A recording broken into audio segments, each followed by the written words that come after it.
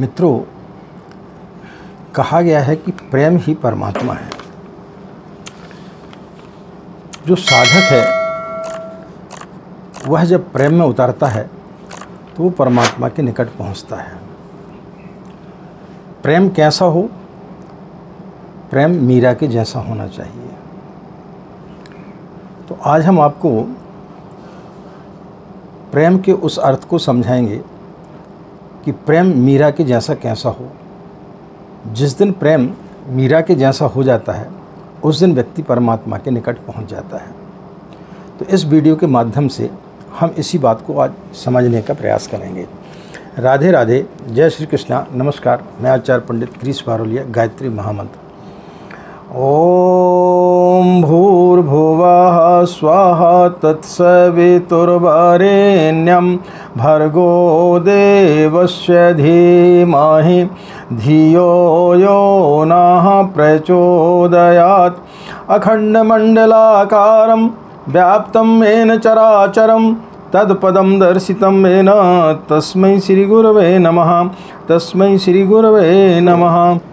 प्रेम एकमात्र जीवन का अनुभव है जहाँ समय और स्थान दोनों ही व्यर्थ हो जाते हैं। प्रेम न स्थान की दूरी में भरोसा करता है और न काल की दूरी में।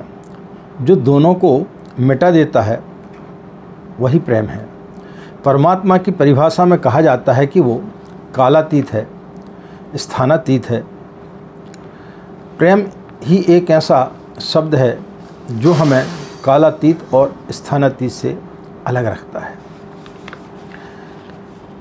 इसी प्रकार से मीरा का जो प्रेम था भगवान कृष्ण के प्रति, उन्हें गए हुए 5000 वर्ष हो चुके थे, लेकिन वहाँ ना तो समय की कोई सीमा थी और न कोई स्थान की। मीरा ने जिस तरीके से भगवान कृष्ण के लिए प्रेम किया, उस तरीके से यदि हम अपनी साधना काल में परमात्मा के निकट बैठते हैं तो निश्चित रूप से हम उसका अनुभव ले सकते हैं। मीरा जब नाचती थी तब वो कृष्णमय होती थी। देखने वाले लोगों को भले ही पागलपन दिखाई देता था, लेकिन कृष्ण का उसे अनुभव होता था। कृष्ण उनके समीप थे। लेकिन हमारी आंखें जो है वो स्थूल पर ज़्यादा विश्वास करती हैं। हम स्थूल शरीर पर ज़्यादा भरोसा करते हैं। हम जब कभी भी किसी की साधना करते हैं तो उसे स्थूल शरीर में देखना चाहते हैं, जबकि ईश्वर जो है, जिस प्रकार से कि हवा का झोंका आता है तो हवा का झोंका आपको स्पर्श करते हुए चला जाता, हवा दिखाई नहीं देती है, लेकिन उसका अनुभव आपको होता है। तो इसी प्रकार से मीरा को भगवान कृष्ण का अनुभव होता था और वो नाचती थी। कृष्ण शब्द का अर्थ ही होता है जो आकर्षित करता है, जो व्यक्ति को आकर्षित करता है, जिसके बीच में एक केंद्र बिंदु होता है। इसलिए व्यक्ति को जब जन्म लेता तो उसे हम जीवन कहते हैं। जीवन अर्थात कृष्ण। जब बच्चा पैदा होता है तो धीरे धीरे वो आकर्षण का केंद्र बनता है। माँ बाप चाहते हैं, फिर परिवार के लोग चाहते हैं, फिर समाज में उसकी प्रतिष्ठा बढ़ती है। तो ये क्या हुआ? कृष्ण। कृष्ण जो लोगों को खींचता है। इसलिए मीरा के प्रेम को राधा और गोपिकाओं से ज़्यादा श्रेष्ठ माना गया है, क्योंकि राधा और गोपिकाएं तो उनके समीप थीं, लेकिन मीरा 5000 वर्ष के बाद उनको प्रेम किया। लेकिन वहाँ पर समय और स्थान का कोई महत्व नहीं था। उसने भगवान कृष्ण के प्रेम को पाया। तो जब मीरा के समान कोई व्यक्ति साधना करता है, उसके प्रेम के समान कोई व्यक्ति साधना करता है, तो फिर परमात्मा का उसे अनुभव होता है। कौन कहता है कि भगवान आते नहीं, तुम मीरा के जैसे बुलाते नहीं। जिस दिन हम मीरा के समान उन्हें बुलाने लगेंगे उस दिन निश्चित रूप से परमात्मा आपके निकट होगा। मीरा को कृष्ण दिखाई देते थे, लेकिन हम भरोसा इसलिए नहीं कर पाते हैं क्योंकि हम जो है शरीर को प्रधान मानते हैं, और जब शरीर को प्रधान मानते हैं तो फिर हम ईश्वर की अनुभूति नहीं कर पाते हैं। रामकृष्ण परमहंस, उनको अंतिम समय पर कैंसर हो गया था।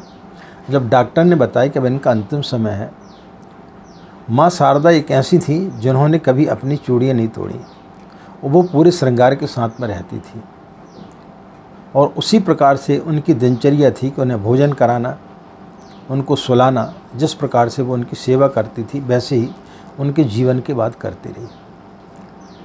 पूज्य गुरुदेव ने जिस दिन शरीर त्यागा उस समय माताजी उनसे मिलने के लिए गई, और माताजी को उन्होंने आदेश दिया, और जिस प्रकार से उन्होंने बात की माताजी समझ गई थी कि पूज्य गुरुदेव अब आज हमसे दूर जाने वाले हैं। उन्होंने संकेत दे दिया था और उन्होंने बोला कि आप जाएं, नीचे गायत्री जयंती का दिन है, आप वहाँ पर अपना प्रवचन करें, जो कार्य जिस तरीके से चल रहा है उसी तरीके से चलने दें। जब बच्चे लोग भोजन कर चुके हैं उसके पश्चात ही लोगों को बताना कि गुरुदेव ने अपने प्राण त्याग दिए हैं। माताजी नीचे आईं और उसी प्रकार से जैसा प्रतिदिन या त्योहारों पर चलता था वैसे ही क्रम चलता रहा। सभी ने भोजन किए, उसके पश्चात सभी को बताया गया कि गुरुदेव नहीं रहे, लेकिन कोई भी कार्य रुका नहीं, कार्य पूर्ण रूप से चलता रहा। तो माताजी गुरुदेव के इतने निकट थीं कि उन्हें अर्धनारीश्वर का ही रूप कहा जा सकता है। आज गुरुदेव नहीं हैं, लेकिन जो लोग उन्हें प्रेम करते हैं उन्हें उनकी निकटता आज भी महसूस होती है। और जब वो थे, जब उनका शरीर था, या आज वो नहीं है, लेकिन जो लोग उस समय थे और उनके निकट भी रहे, लेकिन उनके जिनके अंदर प्रेम नहीं था वो आज भी उन्हें पा नहीं सके। कितने कार्यकर्ता हैं जिन्होंने गुरुदेव के साथ में चले हैं, गुरुदेव के साथ में महीनों से रहे हैं, उनसे वार्तालाप किया है, लेकिन जो उन्हें साधारण मनुष्य समझते रहे वो उनके प्रेम को नहीं पा सके। और बहुत सारे लोग ऐसे हैं जो गुरुदेव के जाने के बाद आज भी गुरुदेव को के प्रेम को महसूस करते हैं, उनका सानिध्य महसूस करते हैं, उन्हें अपने समीप महसूस करते हैं। तो जो व्यक्ति मीरा के समान ईश्वर से प्रेम करने लगता है तब फिर वो सारी घटनाएं उसके सामने घटित होने लगती हैं। बुद्ध, महावीर, रामकृष्ण परमहंस, पूज्य गुरुदेव, इनको गए हुए समय हो गया, लेकिन आज भी जो लोग उन्हें प्रेम करते हैं और जो लोग उन्हें स्मरण करते हैं उन्हें उनका अनुभव प्राप्त होता है, उन्हें उनका अनुभव महसूस होता है। तो जिस दिन हमें हमारे अंदर वो प्रेम घटित हो जाएगा मीरा के समान, तो उस दिन हम निश्चित रूप से पूज्य गुरुदेव का सानिध्य प्राप्त कर सकते हैं, माँ गायत्री का सानिध्य प्राप्त कर सकते हैं, उनकी उपस्थिति का अनुभव महसूस कर सकते हैं।